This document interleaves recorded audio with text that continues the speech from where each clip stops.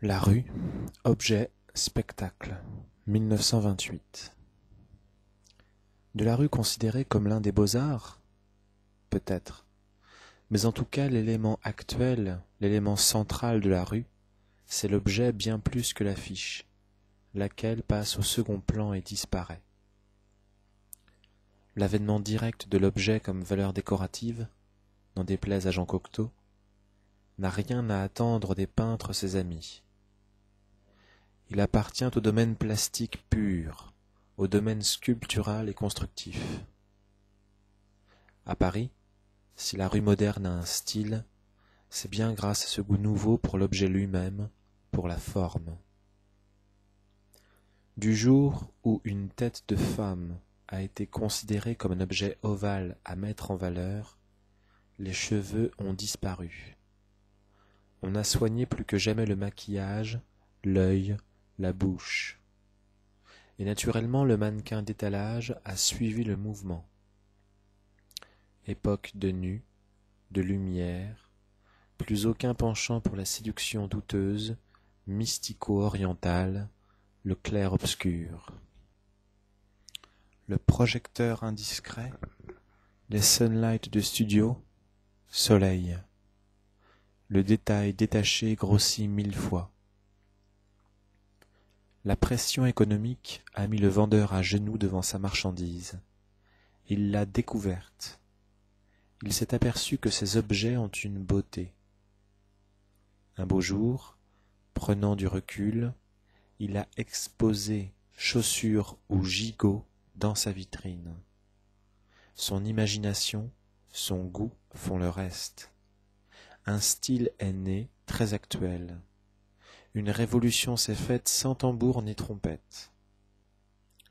La rue peut alors être considérée comme un des beaux-arts, car elle se trouve habillée magistralement par les 1000 mains qui journellement font et défont ces jolies mises en scène qui s'appellent les magasins modernes. L'affiche n'est plus à la hauteur. Seul le bébé cadom, cet énorme objet, persiste. L'affiche de Cappiello restera comme le type classique de l'erreur murale. Le châssis d'automobile, tout nu, sur le mur blanc.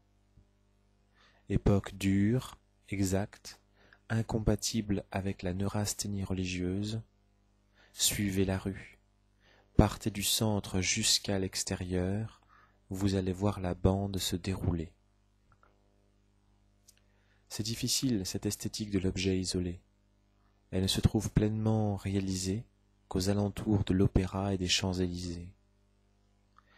Il est amusant de voir en déambulant, partout ailleurs, sur les trottoirs, les recherches, les efforts dans le même sens qui se continuent.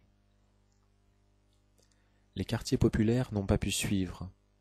Ils ont gardé le goût de la diversité, de l'intensité, le plus possible dans le minimum de place, malgré quoi ils obtiennent des résultats. Remontez le faubourg du Temple. Vous entrez dans le royaume des chaussures et des cravates. Jack, de New York, rue de Belleville, vous séduira par ses poésies de casquettes. C'est joli comme un air d'accordéon. Toutes les nuances sont orchestrées mélodieusement. Ces messieurs du quartier sont très intransigeants. Entrez assister à l'essayage et vous m'en direz des nouvelles. Le soulier cubiste, vous le trouverez au pied des danseurs de la chapelle.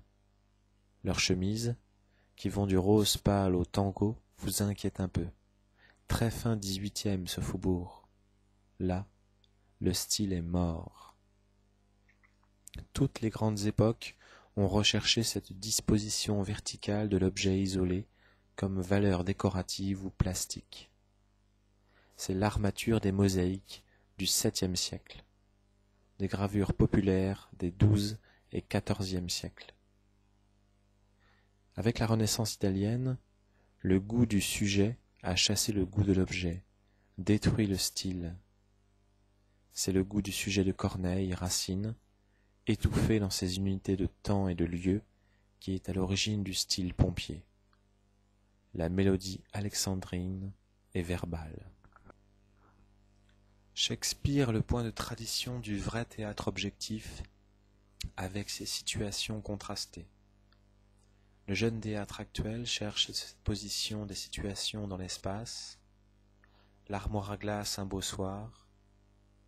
Tous, Aragon est l'extrême pointe dans ce dispositif. On frôle le précipice, le vertige.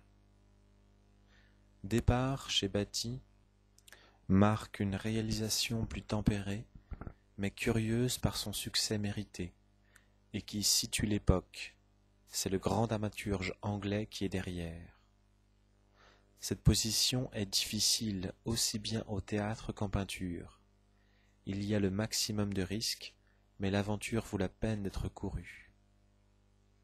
Les belles pharmacies du boulevard Sébastopol, les boucheries chevalines de la rue de la Roquette, et bloqué dans tout cela, réduit absorbé, le bon vieux magasin 1880, émouvant à pleurer, caché dans l'ombre des 100 gigots, alignés militairement, par ordre de taille, comme à la parade.